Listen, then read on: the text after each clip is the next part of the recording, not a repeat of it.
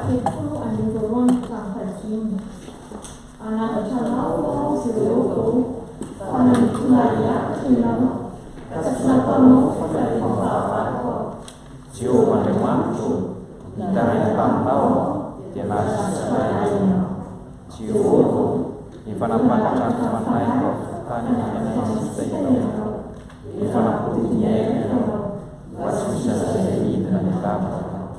Mankalazany Jehova ny mahamasina, ka niderana na masina, fa ilay mpimaso ihany ny fahatetezana, rehefa mahatratra ny aina ny sampatrasa. Amerika misy folomanina tonga efa hitan'ny fa namarana kosa dia misy fiompiana.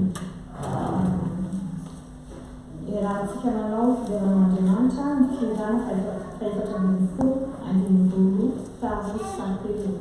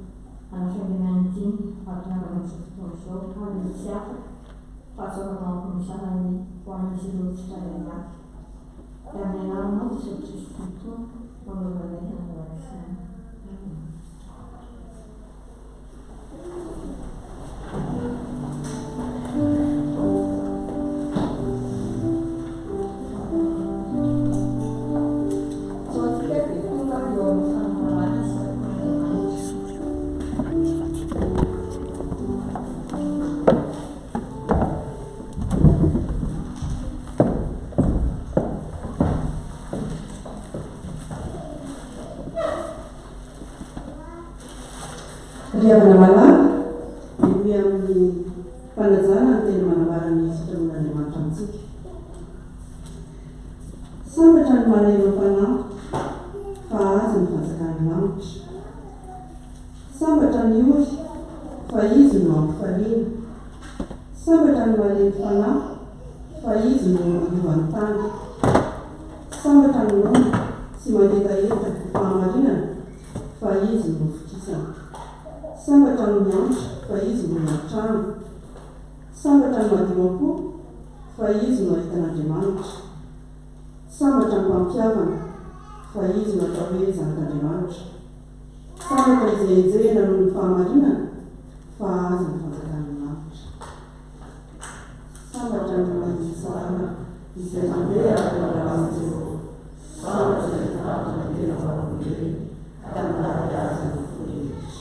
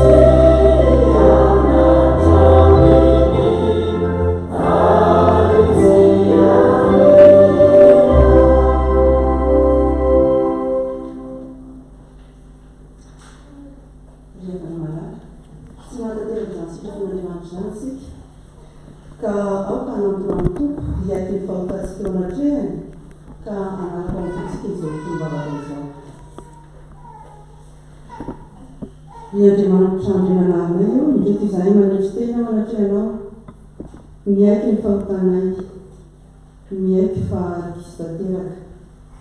Satria na dia fisinao aza indraindray dia adinonay. Adinonay fa miaraka aminay ny davan'iny rehetra ianao, ary miaraka aminay na mivoaka na miditra izahay ao am-tokantraminay. Tompo, tsy misy tanteraka ny sitraponao, fa mitalao aminao izahay ankehitriny. Tsy ho sambatra mihitsy izahay raha tsy voavelanao ny elokay. Koa mamena ny elokay ary terizo am-pelatananao izahay fa tsy misy maharobaka ny ao an-tananao. Amin'ny anaran'i Jesosy Kristy mpamonjy anay